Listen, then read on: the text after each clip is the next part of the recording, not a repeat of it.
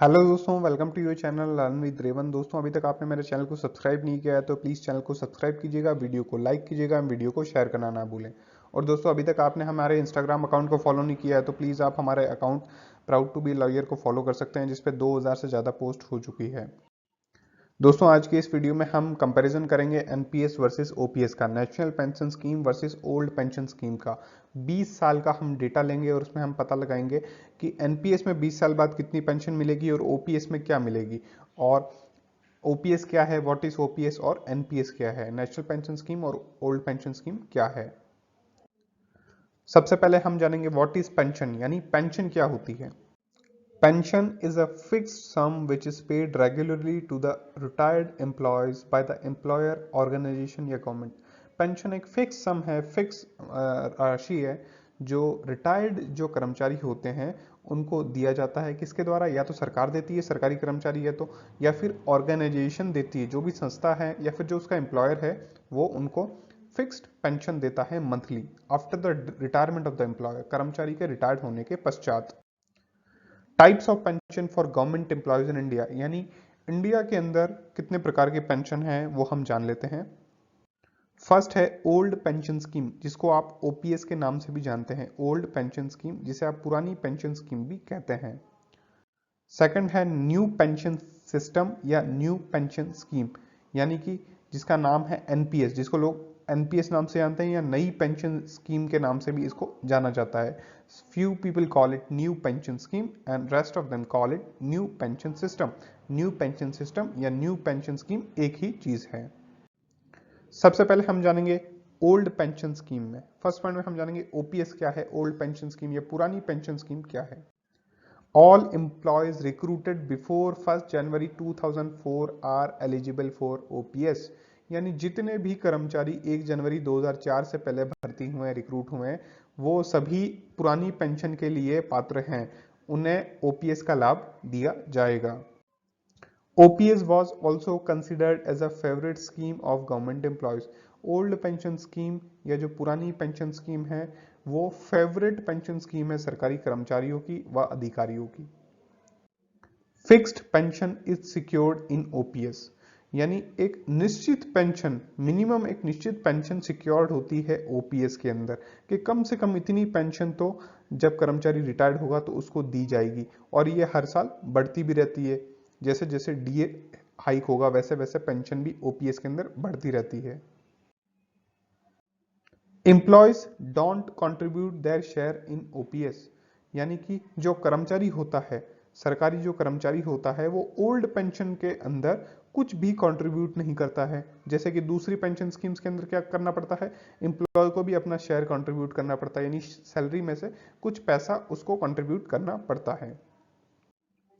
Full pension is given by the government, यानी पूरी pension जो मिलती है वो सरकार की तरफ से मिलती है, कर्मचारी को, एम्प्लॉय को कुछ पेड नहीं करना होता है। सेकंड पॉइंट में हम जानेंगे न्यू पेंशन स्कीम या न्यू पेंशन सिस्टम, एनपीएस, यानी नई पेंशन स्कीम क्या है। All employees recruited after 1st January 2004 are covered in NPS except defence employees, यानी कि जितने भी कर्मचारी 1 जनवरी 2004 के बाद में रिक्रूट हुए हैं वह सभी एनपीएस के अंदर कवर्ड होंगे, यानी उन्हें एनपीएस का लाभ मिलेगा, ओपीएस का लाभ नहीं मिलेगा, एक्सेप्ट डिफेंस एम्प्लॉयज, और 2-4 ऑर्गेनाइजेशन और है जिनको अभी भी ओपीएस का लाभ मिल रहा है। Almost 90% employees and many trade unions oppose the NPS। As you know कि सबको पता है कि NPS और OPS के क्या डिफरेंसेस हैं, और NPS और OPS में काफ़ी लड़ाई भी चलती रहती है कि हमें जितने भी कर्मचारी 1 जनवरी 2004 के बाद रिक्रूट हुए हैं, भर्ती हुए हैं, वो चाहते हैं कि उन्हें ओपीएस का लाभ दिया जाए। और 90% जो एम्प्लॉय है, एक सर्वे हुआ उसके अंदर पता चला कि भारत के अंदर कुछ ऑर्गेनाइजेशन जहां पे ये सर्वे हुआ वहां पे ये पता चलता है कि जो एम्प्लॉयज थे, जो कर्मचारी थे, उन्हें ओपीएस चाहिए। 90% employees wants old pension scheme. और ट्रेड यूनियंस जो होती है, जहां जहां ट्रेड यूनियंस का गठन हो सकता है, उन उन विभागों के अंदर जो ट्रेड यूनियंस है वो भी एनपीएस को अपोज करती है, यानी वो कहती है कि एनपीएस हटाओ और ओपीएस लेके आओ, पुरानी पेंशन को बहाल करने की ये सिस्टम कहती है। Pension is depends on the market और इंटरेस्ट रेट्स, एनपीएस के अंदर जो पेंशन होती है वो मार्केट के इंटरेस्ट रेट क्या चल रहे हैं, शेयर मार्केट कैसा चल रहा है, इस पर डिपेंड करती है। लेकिन ओपीएस के अंदर ऐसा कुछ नहीं। ओपीएस के अंदर एक फिक्स्ड पेंशन है, वो आपको मिलेगी ही मिलेगी। लेकिन एनपीएस के अंदर जो फ्लक्चुएशन है वो हो सकते हैं। Employees have to contribute their share in NPS. NPS के अंदर जो सरकारी कर्मचारी होता है उसको अपनी तनख्वाह में से कंट्रीब्यूट करना पड़ता है। 10% वो खुद कंट्रीब्यूट करता है और 10% गवर्नमेंट कंट्रीब्यूट करती है, जिसको बढ़ा के फिर 14% भी किया गया था। There is a equal contribution from the side of employer and government in NPS. NPS के अंदर क्या होता है, 10% यदि कर्मचारी कंट्रीब्यूट करेगा तो 10% सरकार कंट्रीब्यूट करेगी। 20 years comparison of OPS employ versus NPS employees, यानी 20 साल का हम कंपैरिजन करेंगे कि ओपीएस एम्प्लॉय और एनपीएस एम्प्लॉय यदि 20 साल बाद रिटायर्ड होते हैं तो किसको कितना पैसा मिलेगा और कितनी पेंशन मिलेगी। फ्रॉम 2016 टू 2036 एनपीएस एम्प्लॉय, यानी 2016 से 2036 का हम 20 साल का पीरियड लेते हैं, जिसके अंदर एक एनपीएस कर्मचारी है तो उसको जो बेनिफिट मिलेंगे या फिर जो उसकी जो सैलरी या फिर उसका जो कॉर्पस होगा वो कुछ इस प्रकार होगा। जो एनपीएस एम्प्लॉय है उसका नाम हमने सपोज किया है एक्स, और डेट ऑफ रिक्रूटमेंट जो है उसकी वो है 1/1/2016, 1 जनवरी 2016 उसकी डेट ऑफ रिक्रूटमेंट है, यानी भर्ती की दिनांक है। हमने 2016 से 2036 इसलिए लिया है क्योंकि 2016 के अंदर ही 7वां वेतन आयोग लगा था, तो आपको समझने में बड़ा इजी हो जाएगा। अदरवाइज हम 6 पे कमीशन में जाते तो वहां पे बेसिक प्लस ग्रेड पे भी था और वहां पे जो एंट्री होती वो भी उस हिसाब से हमें देखनी पड़ती, लेकिन अब सिर्फ पे मैट्रिक्स है जिससे हमें समझने में बड़ी आसानी होगी। तो जो एक्स नाम का एम्प्लॉय है वो एनपीएस एम्प्लॉय है और उसकी जो डेट ऑफ रिक्रूटमेंट है, भर्ती की दिनांक है, वो है 1/1/2016, 1 जनवरी 2016। इसकी जो पेंशन रहेगी वो एनपीएस के अंडर रहेगी, यानी इसको जो बेनिफिट मिलेगा वो एनपीएस का, नेशनल पेंशन स्कीम का इसको बेनिफिट दिया जाएगा। ग्रेड पे हमने सपोज किया है 2000 ग्रेड पे रहेगा जो कि लेवल 3 है। आज आप 7th सीपीसी का जो पे मैट्रिक्स देखोगे उसके अंदर जीपी 2000 होगा और लेवल होगा 3। स्टार्टिंग बेसिक पे रहेगी 21,700, 21,700 रुपीज स्टार्टिंग बेसिक पे हमने मानी है, यानी 21,700 से जो लेवल 3 होता है वो स्टार्ट होता है और वहीं से अपन 20 साल करेंगे। तो ये स्लाइड आ गई है आपके सामने। इसके अंदर हमने पहले लिया है ईयर, फिर बेसिक पे, क्या बेसिक पे होगी, फिर डीए, डियरनेस अलाउंस, क्योंकि एनपीएस के अंदर डीए बड़ा इंपॉर्टेंट होता है क्योंकि डीए का कंट्रीब्यूशन भी होता है। फिर बेसिक पे प्लस डीए, यानी मूल वेतन प्लस डियरनेस अलाउंस, महंगाई भत्ता। फिर 1 ईयर की जो सैलरी होगी वो हम कंक्लूड करेंगे। फिर हम देखेंगे 10+10 यानी 20% कॉन्ट्रीब्यूशन, 10% तो एम्प्लॉय खुद का होगा और 10% गवर्नमेंट का होगा। फिर प्रीवियस बैलेंस, फिर प्रीवियस प्लस न्यू बैलेंस, फिर इंटरेस्ट, उस पर इंटरेस्ट भी तो लगेगा, यानी उस पर जो रिटर्न होगा वो भी तो माना जाएगा। देन हम फाइनल में देखेंगे बैलेंस कितना होता है। फर्स्ट ईयर 2016 का 21,700 रुपये हमने बेसिक लिए है, 434 रुपये डीए लिया है जो कि 2% था उस टाइम, और बेसिक पे प्लस डीए 22,134 रुपये हो गया, और एक साल की सैलरी बनी 2,65,572, 2,65,572, और जो कंट्रीब्यूशन हुआ एम्प्लॉय का और गवर्नमेंट का वो हुआ अराउंड 53,000, और प्रीवियस बैलेंस तो कुछ था ही नहीं क्योंकि उसका रिक्रूटमेंट भर्ती उसी साल हुई है, और प्रीवियस प्लस न्यू का बैलेंस हो गया 53,114। इंटरेस्ट या जो रेट ऑफ रिटर्न है वो हमने माना है 10%, तो 5300 रुपए उस साल उस पे उसको रिटर्न या ब्याज मिल गया। तो पहले साल का बैलेंस हुआ 58,400 रुपए, यानी जो एनपीएस जो उसका बैलेंस था, एनपीएस फंड के अंदर बैलेंस था, वो हुआ 58,400 रुपए। सेकेंड ईयर 2017 के अंदर उसका बैलेंस हुआ 1,22,650। थर्ड ईयर उसके अंदर बैलेंस हुआ 2 लाख के आसपास। देन 2019 में 3 लाख, 2020 में 4 लाख, 2021 में 5,35,000, 2022 में 6,83,000, 2023 में 8,53,000, 2024 में हो गया 10,48,000, 2025 में हो गया 12,70,000, 2026 में हो गया 15 लाख, 2027 में हो गया 18 लाख, 2028 में हो गया 21 लाख, 2029 में हो गया 25 लाख, 2030 में हो गया 29 लाख, 2031 में हो गया 33 लाख, 2032 में हो गया 39 लाख, 2033 में हो गया 45 लाख, और 2034 में हो गया 51 लाख, और 2035 जब उसके 20 साल कंप्लीट हो गए सर्विस के, तो वो हो गए 59 लैक्स, यानी 59 लैक्स उसका जो टोटल फंड था वो हो चुका है। और मैं आपको एक बात बता दूं, 2025 से 2026 में जब हमने स्विच किया तो हमने इसमें एक एमएससीपी भी इंक्लूड कर ली है। एमएससीपी या प्रमोशन जो भी उसको मिलता है 2000 से 2400 ग्रेड पे में जब वो जाता है। MSCP stand for modified assured career progression scheme, और एमएससीपी भी हमने कंक्लूड करके उसका एक इंक्रीमेंट का फायदा भी दे दिया है। तो बेसिक पे हमने उस हिसाब से डिसाइड किए। तो at the time of retirement जब 2035 में जब वो बंदा रिटायर्ड होगा, एक्स नाम का जो एम्प्लॉय है जो एनपीएस के अंडर कवर्ड है, तो उसका जो कॉर्पस बैलेंस हो जाएगा वो अराउंड हो जाएगा 59 लाख रुपीज, यानी 59 lakh rupees at the time of retirement उसका कॉर्पस बैलेंस हो जाएगा। अब हम जानेंगे pension of NPS employee after 20 years, यानी 20 साल बाद में उसकी पेंशन कितनी बनेगी। जो एनपीएस हमने अभी डेटा देखा कि उसके अनुसार 20 साल बाद में जो एनपीएस एम्प्लॉय है जिसका हमने नाम एक्स रखा, उसकी पेंशन कितनी होगी या उसको जो रिटायरमेंट फंड मिलेगा वो कितना मिलेगा। इन 2035 total NPS corpus fund of x will be 60 lakhs. हमने 60 लाख रुपए सपोज किए हैं कि जो उसका कॉर्पस फंड होगा एक्स का वो हो जाएगा 60 लाख रुपए 2035 में at the time of his retirement. Note कर लीजिएगा, NPS employee must to buy annuity pension of minimum 40% of total corpus fund. NPS जो एम्प्लॉयज होते हैं, जैसे कि टोटल कॉर्पस 60 लाख का बना, तो 60 लाख का 40% तो उनको पेंशन करवाना पड़ेगा। मिनिमम है, फुल की भी पेंशन करवा सकते हैं, लेकिन एटलीस्ट मिनिमम 40% की उन्हें कॉर्पस फंड के अंदर पेंशन खरीदनी पड़ेगी। They must to buy annuity, annuity उनको खरीदनी पड़ेगी 40% की। टोटल कॉर्पस फंड हमने देखा 60 लाख रुपए, 60 लाख रुपीज उनका टोटल कॉर्पस फंड हो जाएगा। 40% annuity pension of 60 lakhs is equal to 24 lakhs, यानी 40% जब हम एन्युटी निकालेंगे या पेंशन निकालेंगे 60 लाख की, तो वो बनती है 24 लाख रुपए। 24 लाख का जो फंड होगा वो पेंशन फंड में कन्वर्ट हो जाएगा। आगे समझते हैं कैसे। 60% lump sum value of 60 lakhs given to employee at the time of retirement, जो होंगे 36 लैक्स, यानी कि जब कर्मचारी रिटायर्ड होगा तो उसको 60% तक लमसम वैल्यू है वो तो मिल जाएगी। 60% किसका, 60 लाख का, कितने हो जाएंगे 36 लाख। 36 लाख रुपए तो उसको eight the time of retirement, जैसे ही वो रिटायर्ड होगा तो उसको 36 लाख रुपए दे दिए जाएंगे। बाकी जो 40% है उसको उसे एन्युटी स्कीम खरीदनी पड़ेगी, यानी पेंशन 24 लाख रुपए की उसे लेनी ही अति आवश्यक है ना। और वो कंपलसरी है, 40% मिनिमम है, यानी 100% की पेंशन ले सकता है तो उस केस में उसको लमसम अमाउंट नहीं मिलेगा, लेकिन 40% की उसको एन्युटी या पेंशन लेनी पड़ेगी। We assume annuity rate at the rate 9% per annum of annuity value 24 lakh rupees.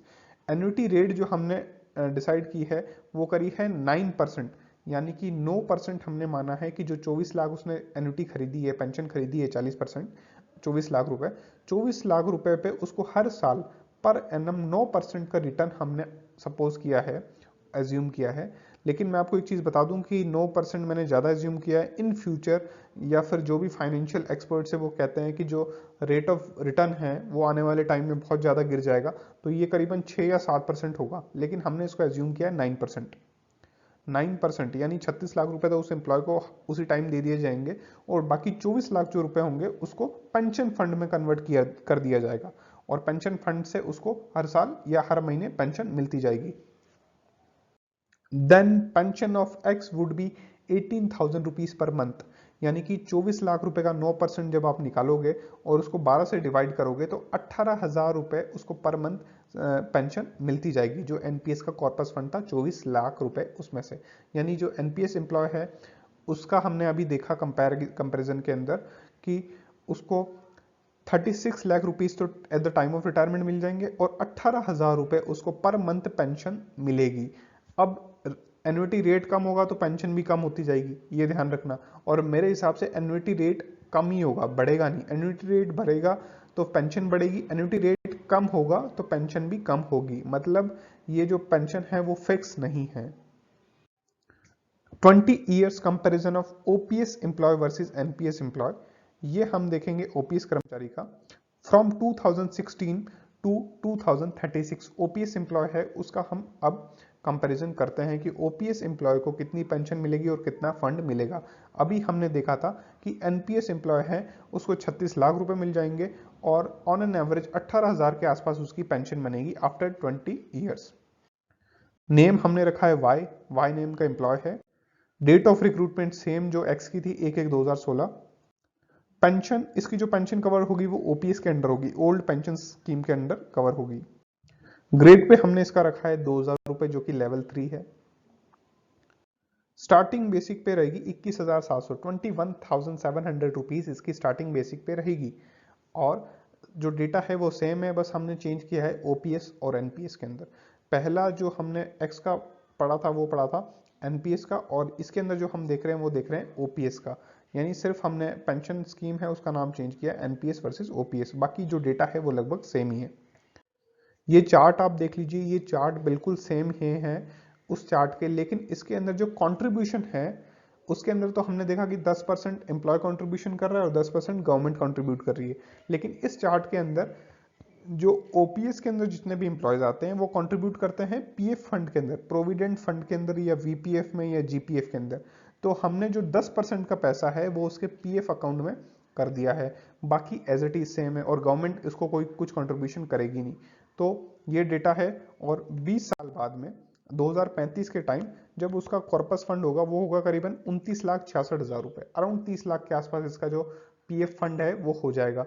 और उस केस में हमने देखा था तो जो पीएफ फंड था वो अराउंड 60 लाख के आसपास हो चुका था, यानी इससे डबल इसलिए था कि उसके अंदर गवर्नमेंट भी कंट्रीब्यूट कर रही थी। लेकिन ये ओल्ड पेंशन स्कीम के अंदर गवर्नमेंट कंट्रीब्यूट नहीं करती है, पीएफ फंड के अंदर सिर्फ एम्प्लॉय है वही कंट्रीब्यूट करता है। अब जानेंगे pension of OPS employee after 20 years, यानी 20 साल बाद में कितनी पेंशन बनेगी ओल्ड पेंशन स्कीम के अंदर आने वाले कर्मचारी की। In 2035 total PF fund of Y will be 30 lakhs, यानी 2035 में जब जो पीएफ फंड होगा वाई का जो कि ओपीएस के अंडर कवर्ड है उसका अराउंड होगा 30 लाख रुपए। पीएफ फंड प्रोविडेंट फंड जो होगा वो होगा 30 लाख रुपीज। और एक्स जो एनपीएस के अंदर कवर था उसका जो था वो 60 लाख रुपीज, 60 लाख रुपए।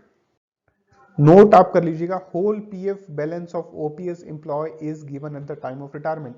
एनपीएस के अंदर क्या था, एक ही फंड था एनपीएस का, उसके अंदर 40% एन्युटी खरीद सकते और 60% आपको हाथों हाथ मिल जाते थे। लेकिन ओपीएस के अंदर सिर्फ एम्प्लॉय कंट्रीब्यूट करता है, इसलिए जितना भी पीएफ बैलेंस है पूरा पीएफ बैलेंस है वो एम्प्लॉय को हाथों हाथ दे दिया जाता है रिटायरमेंट के समय, यानी 30 लाख रुपए उसको हाथों हाथ वहीं दे दिए जाएंगे। Pension calculation of OPS employee. अब हम समझेंगे कि जो ओपीएस कर्मचारी है ओल्ड पेंशन स्कीम के अंडर जो एम्प्लॉय है उसकी पेंशन का कैलकुलेशन कैसे होगा। Basic pension is equal to basic pay at the time of retirement divide by 2, ये फॉर्मूला होता है बेसिक पेंशन निकालने का। Basic pension of Y is equal to 39,800 रुपए जब वो रिटायर्ड हुआ था उस टाइम लास्ट बेसिक पे थी, दोनों की, एनपीएस कर्मचारी की भी और ओपीएस कर्मचारी की। एनपीएस कर्मचारी जब रिटायर्ड होता है तब उसकी बेसिक पे को कंसीडर नहीं किया जाता है क्योंकि वो एनपीएस स्कीम के अंडर आता है। लेकिन ओल्ड पेंशन स्कीम के अंदर basic pay at the time of retirement is very mandatory, बहुत जरूरी है कि बेसिक पे क्या थी एम्प्लॉय की जब वो रिटायर्ड हुआ उसका आधा करके उसकी बेसिक पेंशन निकल जाती है, यानी 39,800 डिवाइड बाय 2 उसका आधा कर देंगे तो 19,900 रुपए इसकी बेसिक पेंशन हो जाएगी। I am talking about basic pension, total pension आगे हम डिस्कस करते हैं। 19,900 रुपए इस व्यक्ति की बेसिक पेंशन यानी मूल पेंशन हो जाएगी। अब टोटल पेंशन का हम फॉर्मूला देखते हैं। Total pension is equal to basic pension plus DA. जो टोटल पेंशन का फॉर्मूला है वो है basic pension plus dearness allowance या डियरनेस रिलीफ कह सकते हैं इन केस ऑफ पेंशन। आप जो भी डीए डीआर का रेट चल रहा था जब ये व्यक्ति रिटायर्ड हुआ था, जब वाई रिटायर्ड हुआ था तब इसका डीए चल रहा था 112%। Total pension of Y is equal to, यानी जो वाई की टोटल पेंशन होगी वो होगी 19,900 प्लस 22,288 जो कि 112% डीए है। किसका डीए किस पे कैलकुलेट होता है, बेसिक पेंशन पे, जब पेंशन निकालते हैं तब, और जब सैलरी निकालते हैं तब डीए कैलकुलेट होता है बेसिक पे पे, ये आप चीज ध्यान रखिएगा।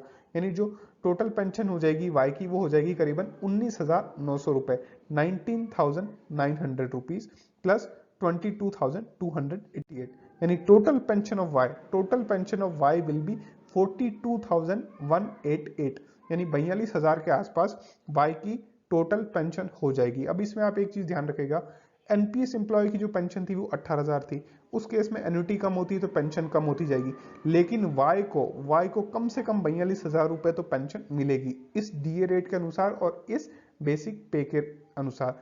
और जैसे जैसे डीए का रेट बढ़ेगा वैसे वैसे वाई की जो पेंशन है वो भी बढ़ती जाएगी, लेकिन एक्स की पेंशन नहीं बढ़ेगी, ये ध्यान रखना। According to the annuity rate उसकी जो पेंशन की कैलकुलेशन होगी, लेकिन यहाँ पे जैसे जैसे डीए का रेट बढ़ेगा वैसे वैसे वाई की पेंशन भी बढ़ेगी। दोस्तों मेरा वीडियो अच्छा लगा तो प्लीज़ वीडियो को लाइक कीजिएगा, चैनल को सब्सक्राइब कीजिएगा एंड वीडियो को शेयर करना ना भूलें। Thank you.